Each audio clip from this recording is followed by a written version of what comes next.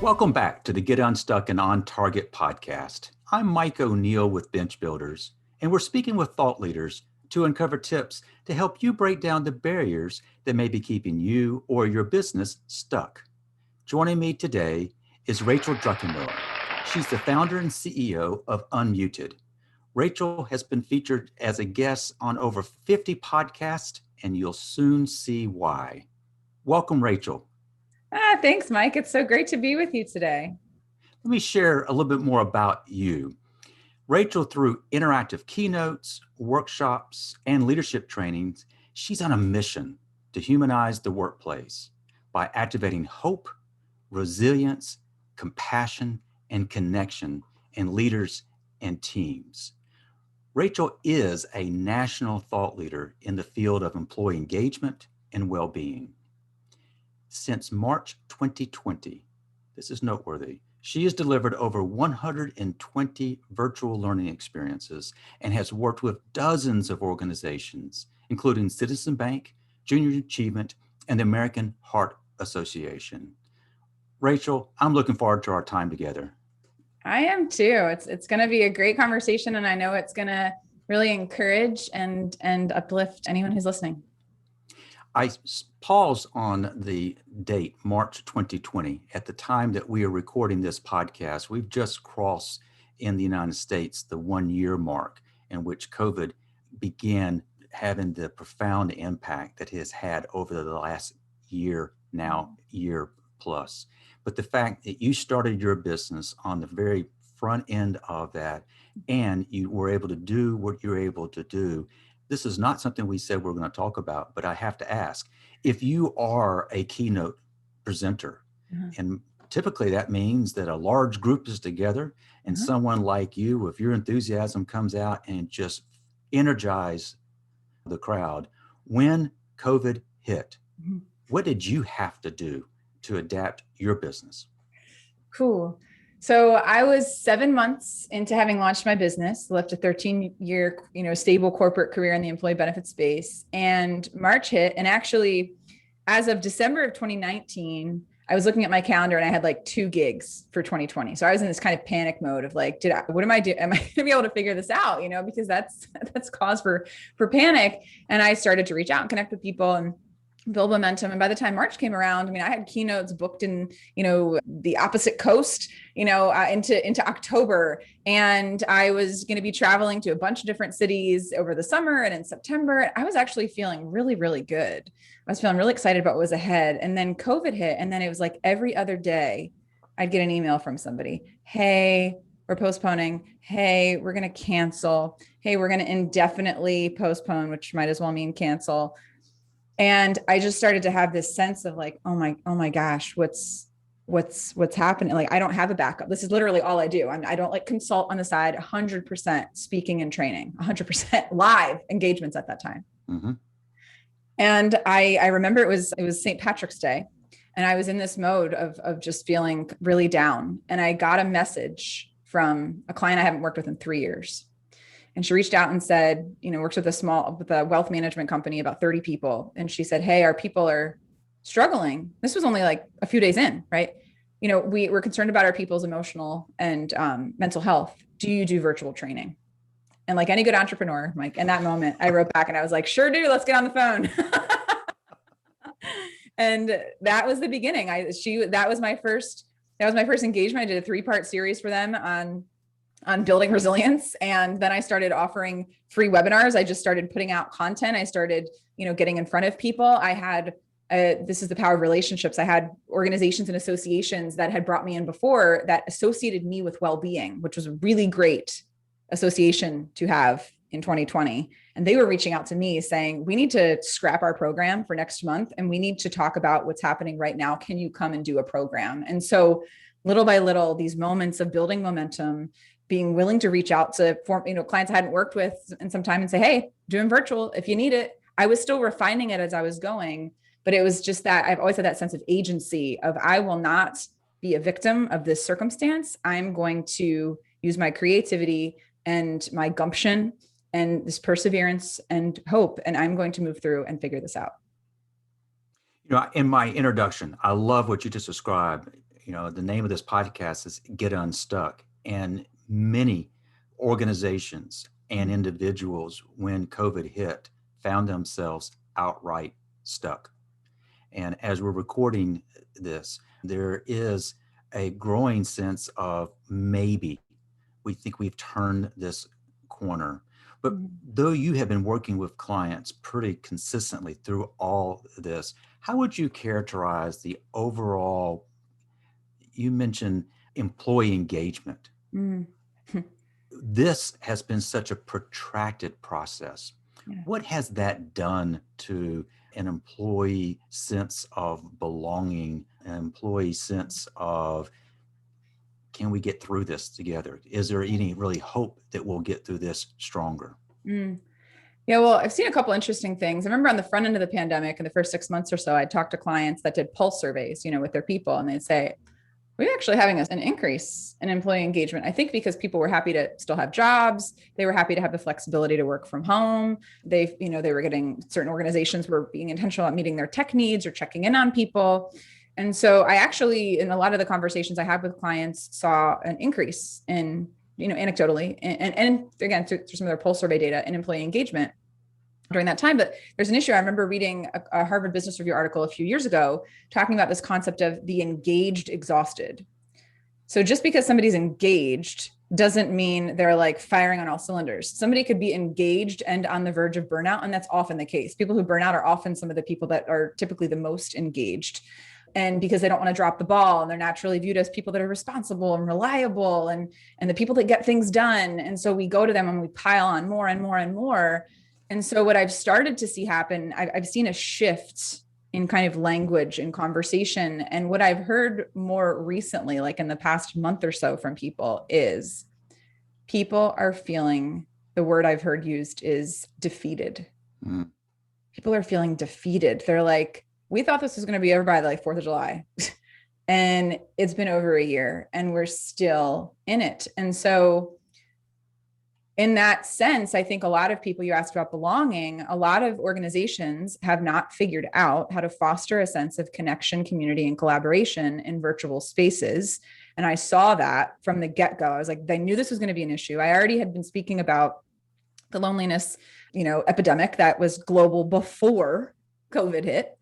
And I have just personal connections to that because I grew up not feeling like I belonged and really struggled with that into even my late 20s and early 30s.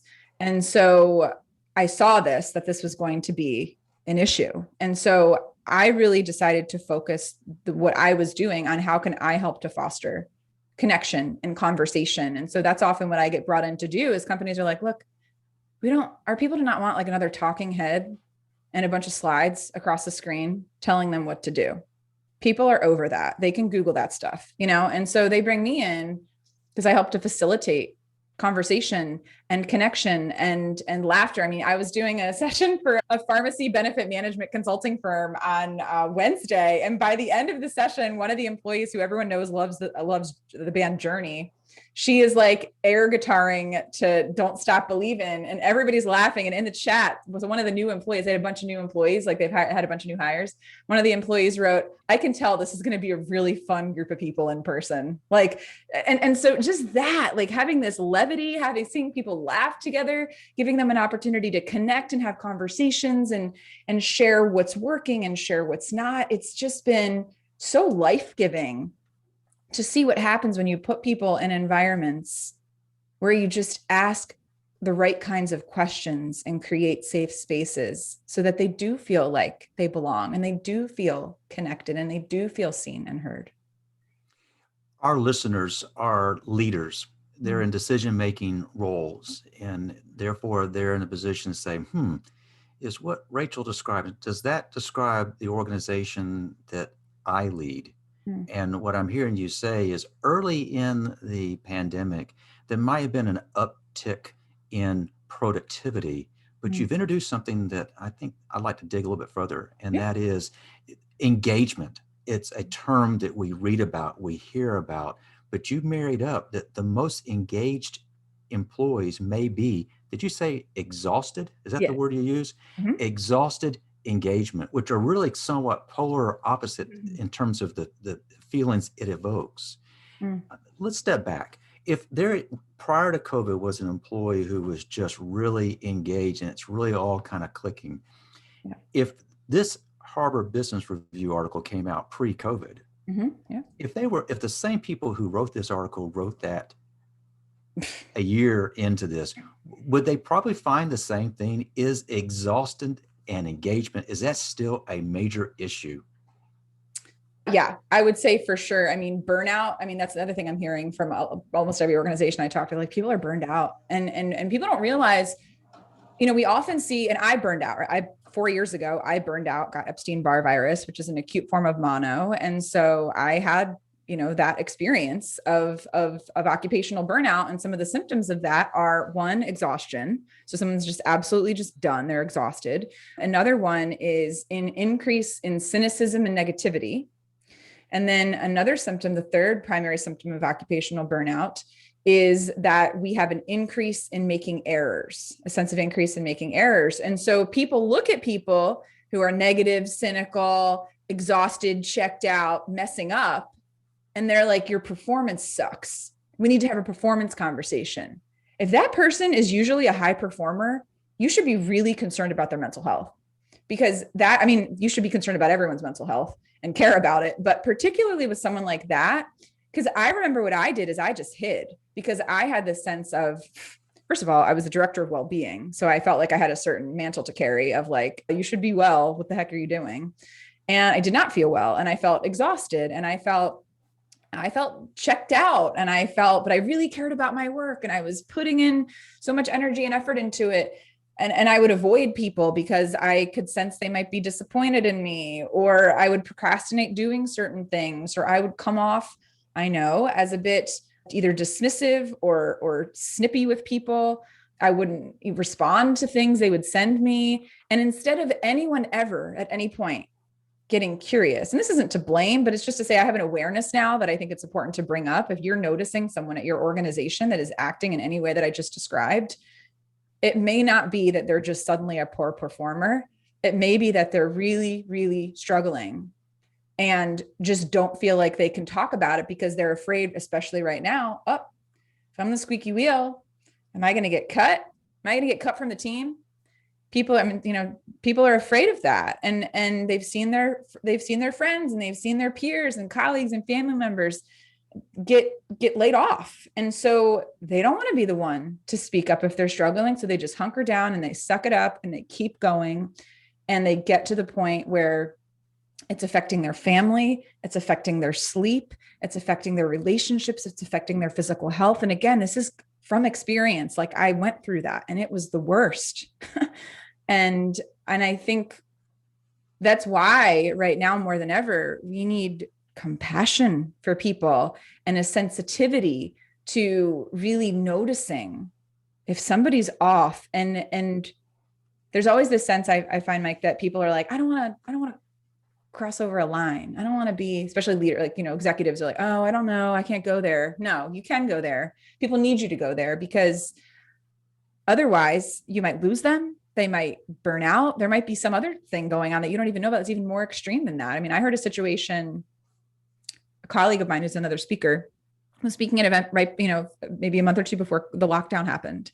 And he was with a group of executives, and one of them was the CEO, CFO, and others.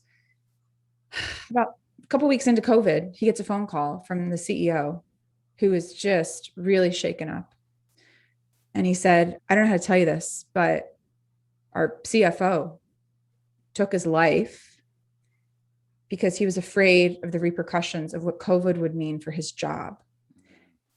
And I thought to reach out to him the day before it happened, and I didn't. And I'm really struggling with that.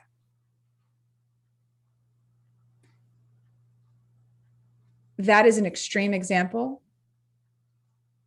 but we are in the midst of and on the precipice of an even larger mental health crisis. And not to be down, it's just to be honest about what's going on right now. And we really need to activate the care and compassion and hope inside of ourselves, and be willing to ask for help and let people know about mental health resources and check in on people and make sure they're okay and see what resources they need. We need these things. I mean, I feel very strongly about this, and we really need to change how we're leading and interacting with people. This conversation is intended to kind of plant some seeds in the minds of our listeners of the kinds of things that they can and should be doing. Yeah. But why don't we step back in just a moment? I know that organizations invite you in, and we can see the energy you bring to the experience. But our listeners, if they're leaders of an organization and they're listening, and if they're nodding like I am as you're speaking, then what might be the practical kinds of things that you're encouraging leaders to do for their organizations? Of all the things we've talked about thus far and what we will talk about, what are the kind of must that you try to make sure that these leaders who engage you to come into the organization, what are some of those pillars that you try to get established in that relationship? Yeah. So one of the things I would say first and foremost is being willing to acknowledge what's going on and to acknowledge your own experience of that as a human. I've heard a lot more leaders,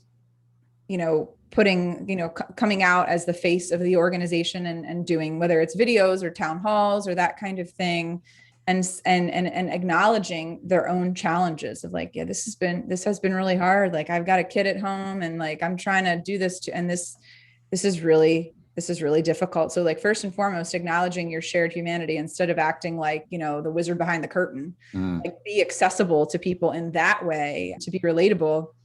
Another thing, a couple things.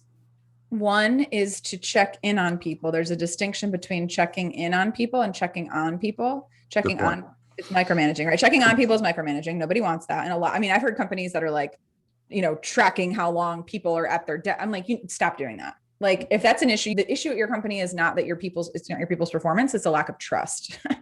And so like that checking on people increases paranoia and anxiety, and it's really, really ineffective. And so the distinction is to check in on people, and checking in on people is question as simple as, how can I best support you right now? How can I best support you right now? So every time you have an interaction, a one-on-one, first of all, to have like a person-to-person human, a human-to-human check-in of, hey, how are you doing really? Is there anything I can do to support you right now? I know this has been a lot. Or even just acknowledging what you might know about the situation they're in. Like, hey, I know your team has like really been pressed. Like, what can we do to support you? And what we found through research is that there was a study done of over 50,000 managers, and they found that one of the most effective ways that leaders can build trust and likability, which are connected to a sense of warmth, is to ask for and act on feedback. So ask for and act on feedback. A lot of organizations, they do pulse surveys, they do engagement surveys, they ask for feedback, and then they don't act on it. That is a major issue. You're better off not asking for their feedback at all and just really acknowledging that you don't actually care or are not actually going to move forward and do anything about it than you are if you just like that. I would have, encouraged people to not do that. So like, if you're not going to do anything about it, don't ask for the feedback. But if you're willing to say, look, we're going to ask for feedback and we're going to act on it and respond accordingly, then people are going to appreciate that. So before I do any of the workshops I do, I always do an intake survey, and I ask people specifically what they're hoping to get out of it and where they're struggling and where they feel stuck. And as a result of that, I get in their own words what they're dealing with. And so when I go in and then I'm with them, I have a connection in their own language of like, what are you really dealing with? And then I can say, hey, I read through all your surveys and it sounds like you're feeling this and you're feeling this and you're feeling this, and that you're here today because you're hoping to find this, this, and this. And so people really appreciate like, oh, wow, like she really listened. And that is something that a lot of organizations, I don't think it's because they're necessarily careless. They're just not intentional. And so that would be one thing I would do. So ask for and act on feedback. Another thing is that when someone, given that example of the CFO I shared, when someone comes to mind for you, pop in your mind, all the time we have this happen, right? Every day. I'm sure you can think of somebody, Mike, or anybody who's listening, that you have someone pop in your mind randomly and you're like, oh yeah, I need to reach out to them. And then you just go back to whatever you're doing. And then you like forget to reach out to them. And we all do this. It's not a way to like heap more guilt on ourselves. But what I have learned is that when someone comes to mind for me, I can at the very least take 10 seconds to send them a voice text or just send a message that says, hey, I'm thinking of you. Like, or hey, I appreciate you. There's just those little steps where like it takes next to no effort at all. But a lot of us just don't do it because we get so wrapped up in our reactivity mode.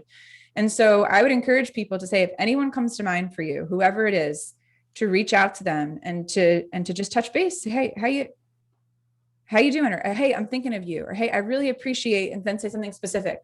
I really appreciate, that funny gift that you sent me last week. Or I really appreciate, the way that you were there for me last year. I really, I do this on LinkedIn with bright spots where I call, I highlight people that in the past year were real bright spots for me. And I just like shower. It's a post that just showers them with praise and goodness, because I believe it's important to highlight people in our lives that make our lives better. And so, that's something. And then just as a leader, there's a book that I would recommend everyone check out. I know you're familiar with it, Permission to Feel by Dr. Mark Brackett, because I think a lot of leaders are out of touch. A lot of people in general are out of touch with their own emotional responses.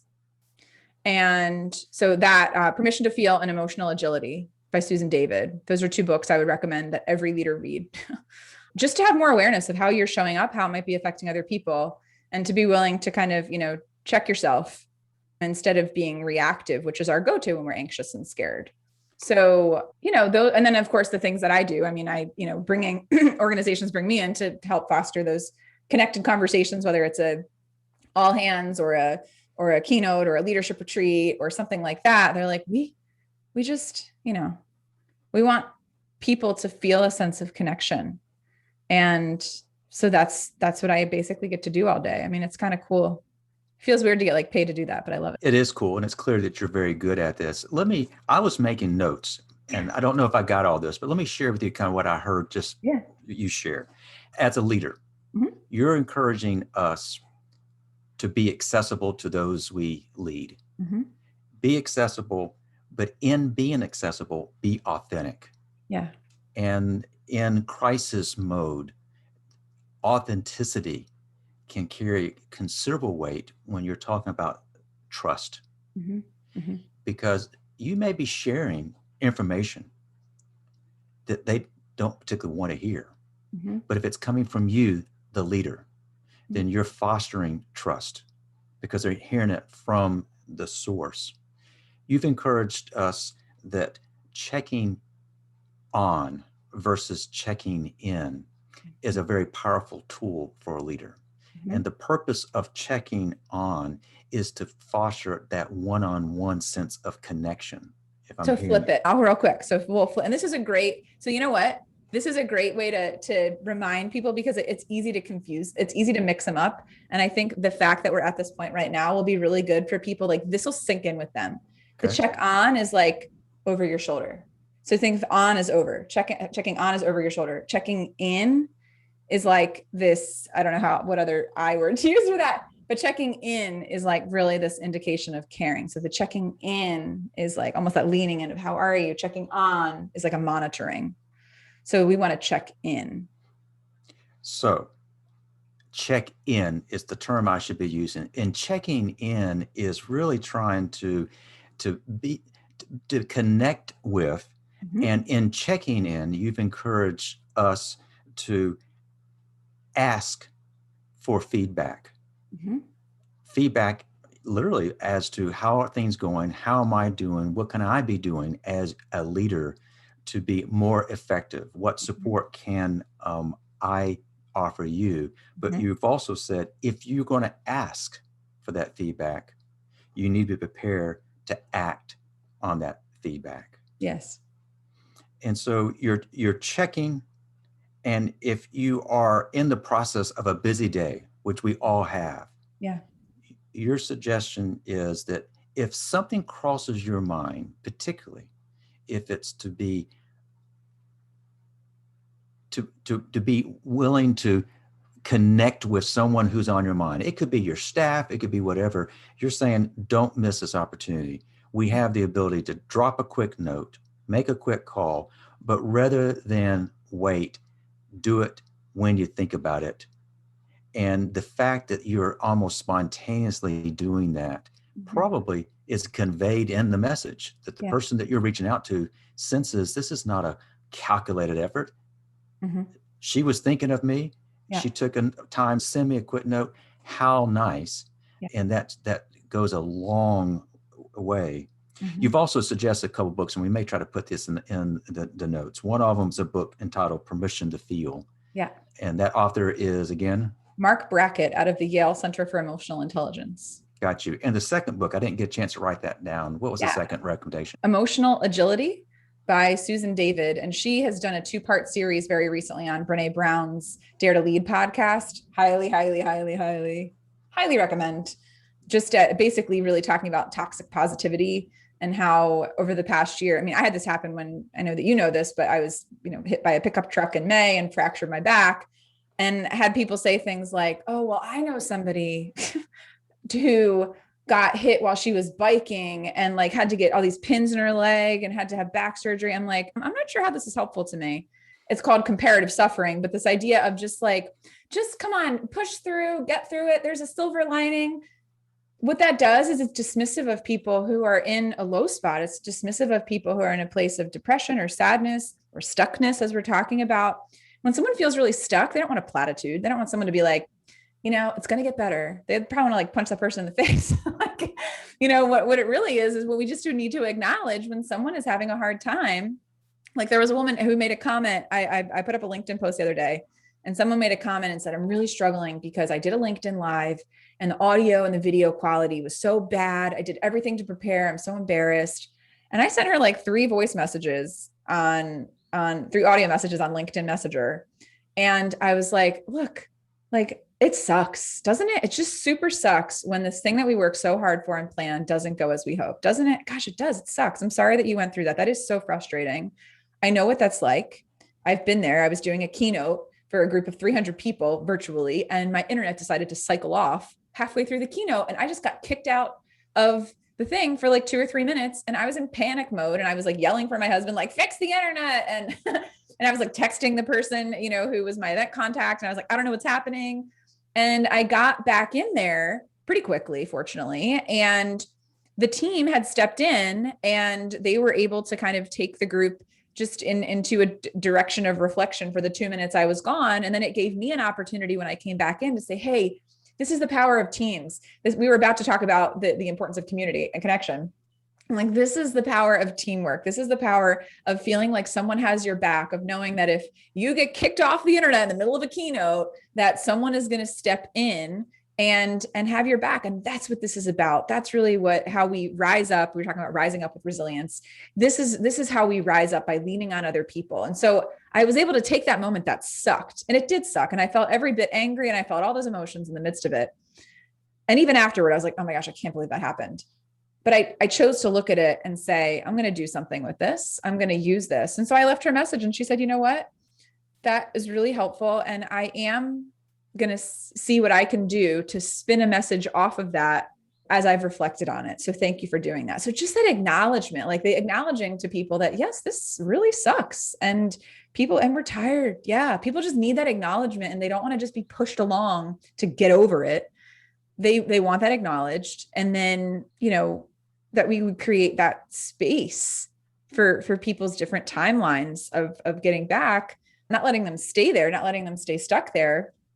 But one of the ways we help them get unstuck is by acknowledging where they are in the moment.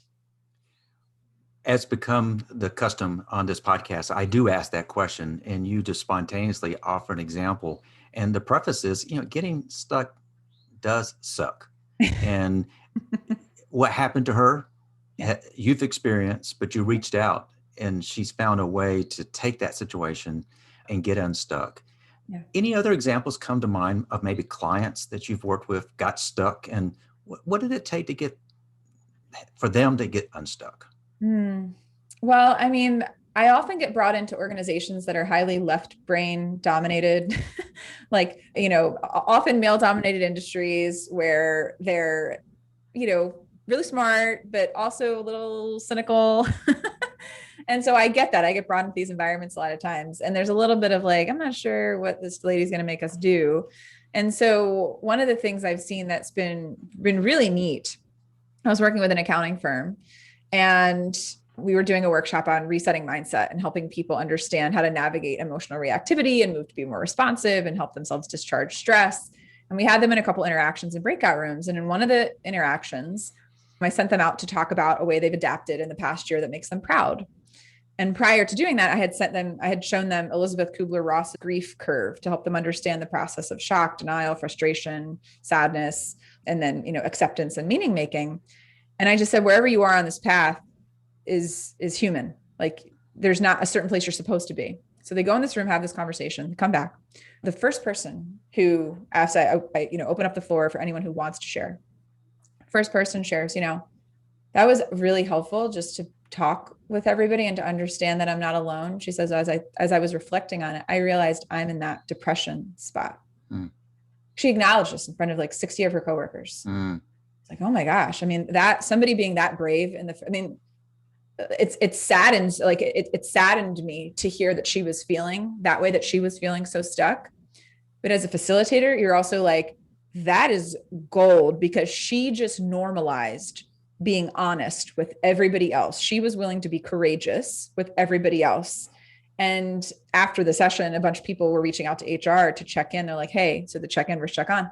Hey, is she okay? Is there anything we need to be doing for her? So like suddenly that created this, it activated this compassion in people to hear and see that somebody they didn't know was struggling. And they've since formed, they had told me that people were struggling with as working parents or caregiving, which are, certainly two different things. And I said, well, why don't you set up a forum for them to have conversations with each other? And so they now have an employee resource group, parenting in the pandemic, and then another one on caregiving. And they give them the opportunity to come together and talk about what's working with each other. I gave them some prompts. And the cool thing, Mike, was at the end of this session, and I'm doing another one for them in May. At the end of the session, there was a guy, probably his mid-50s, who comes on the screen. He goes, all right, I got to be honest. I kind of thought you were going to be like a happy-go-lucky yoga person. No offense. And that's not what this was. Like, this was actually, I got a lot more out of this than I was expecting to get out of this. And like everyone on the screen is nodding their head.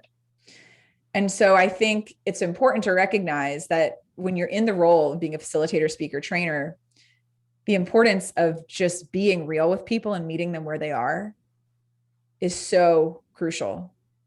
And there have been times when I've messed that up, when I haven't gotten the information I need from a client ahead of time, and I get in the room and it's not gone well because I didn't know the temperature of what I was walking into.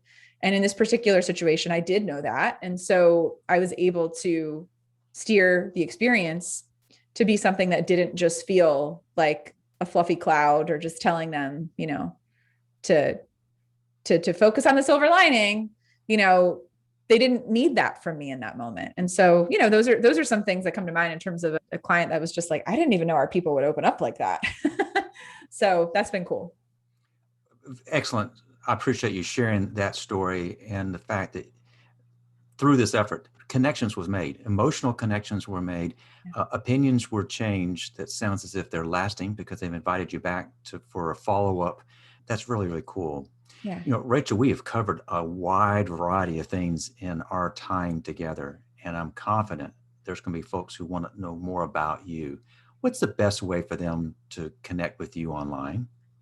The best way is on LinkedIn. I'm on there, super active. So if you send us, I love hearing notes of just saying, hey, listen to your podcast with Mike and would love to connect. So, and let us, both of us love to hear what resonated with you. So certainly that's a way to do it. And then you can learn more about my work and hear, listen to podcasts like this one that I've been on and other blog posts I've written and different workshops and stuff I teach at. My website is unmutedlife.com, LIFE. And then I'm also on Instagram at unmutedlife. If you want to get some more of the personal things on there, though I do post a lot of very personal things on LinkedIn. And then for anyone who's on Clubhouse, I dabble in that occasionally, and I'm at Rachel Druck right now. So that may change. But anyway, so those are some of the ways I say the first two are the best two to get connected. We will include that information in the show notes. So, Rachel, this has been, as expected, quite a treat. Thank you so much. Yeah. Thanks, Mike. I really enjoyed it. And I can't wait to resonate with everybody. Well, me too. And I also want to thank our listeners for joining us for this episode of Get Unstuck and On Target. We upload the latest episode every Thursday. And if you haven't already done so, please subscribe. But we at Bench Builders, we love to help companies get unstuck with practical management training, leadership coaching, and better business planning and execution. But if you've been listening to my discussion with Rachel and you're realizing that something is keeping you or your business stuck, let's talk. Visit unstuck.show to schedule a call. So I'd like to thank you for joining us. And I hope you've picked up on some tips that will help you get unstuck and on target. Until next time.